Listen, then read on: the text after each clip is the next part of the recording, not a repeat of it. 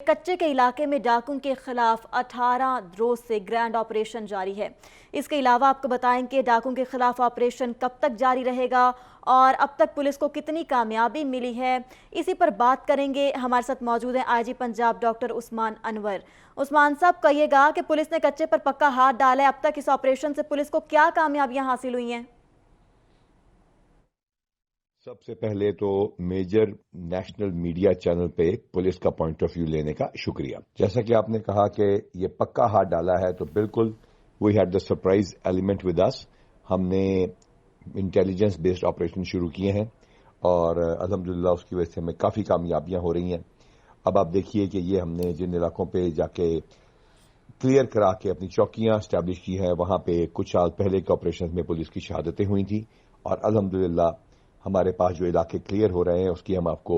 Videos اور تصاویر بھی ساتھ ساتھ شیئر کر رہے ہیں، اور آپ کی میڈیا ٹیم بھی وہاں جا رہی ہے۔ اٹس اے میجر ڈیسیجن، بہت اچھا کام کیا ہے آپ نے، اور مجھے یقین ہے کہ اس وجہ سے وہاں پہ سروس ڈیلیوری میں بھی انشاءاللہ تعالیٰ لانگ رن میں مدد ملے گی۔ آئی جی صاحب، یہ بتائیں کہ یہ آپریشن کب تک جاری رہ سکتا ہے اور پولیس کا کتنا نقصان ہوا ابھی تک؟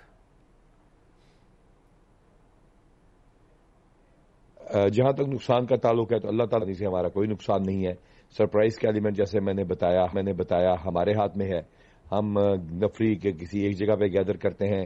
اگر ان کو خبر لیک ہوتی بھی ہے تو ہماری ریڈ کسی اور جگہ پہ ہوتی ہے، اور we are fully supported by دی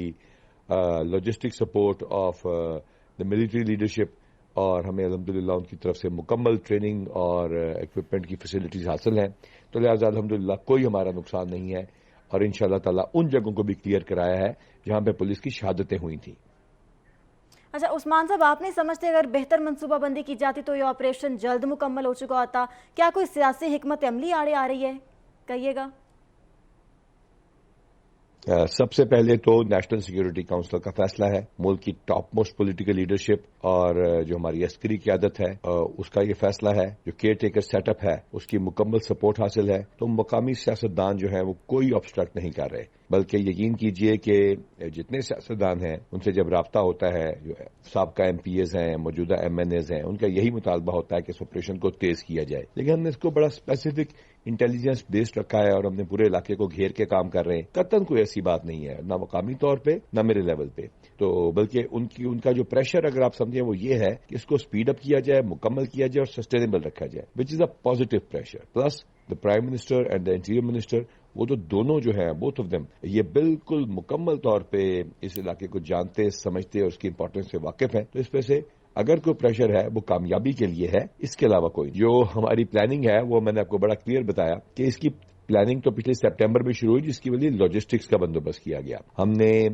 اس کے لیے اے پی سیز کا، اسلحے کا، پولیس کی پوسٹ بنانے کا، ان کی ٹریننگ اور ویلفیئر کا، ان کی سپلائی لائنز کو مینٹین کرنے کا، کشتیاں ریپیئر کرانے کا، اور سب سے بڑھ کر جو ہے وہ وہاں پہ انٹیلیجنس حاصل کرنے کا through C T D, special branch, I B, خاص طور پہ آئی بی نے بہت زیادہ مدد کی، اور ہماری جو پریمیم انٹیلیجنس ایجنسیز ہیں، تو اس وجہ سے اسی پلاننگ کے مطابق ہم سٹیپ بائی سٹیپ چل رہے ہیں اور آئیلینڈ بائی آئیلینڈ کلیئر کراتے جا رہے ہیں۔ اب جو ہمارے لیے چیلنج ہے وہ اس جگہ پہ مینٹین کرنا ہے ان چوکیوں کو، اس کے لیے الحمدللہ چیف منسٹر صاحب خود تشریف لے کے گئے، اور چیف سیکرٹری صاحب گئے، اور انہوں نے دیکھا، سیکرٹری سی این ڈبلیو تھے، ان تمام لوگوں نے اس بات کا فیصلہ کیا کہ ان چوکیوں کو مضبوط بنایا جائے گا۔ ہم اریگیشن ڈپارٹمنٹ کے ساتھ مل کے بھی کام کر رہے ہیں، اور چیف سیکرٹری صاحب کی گائیڈنس میں انشاءاللہ تعالیٰ ان چوکیوں کو مضبوط بھی کریں گے۔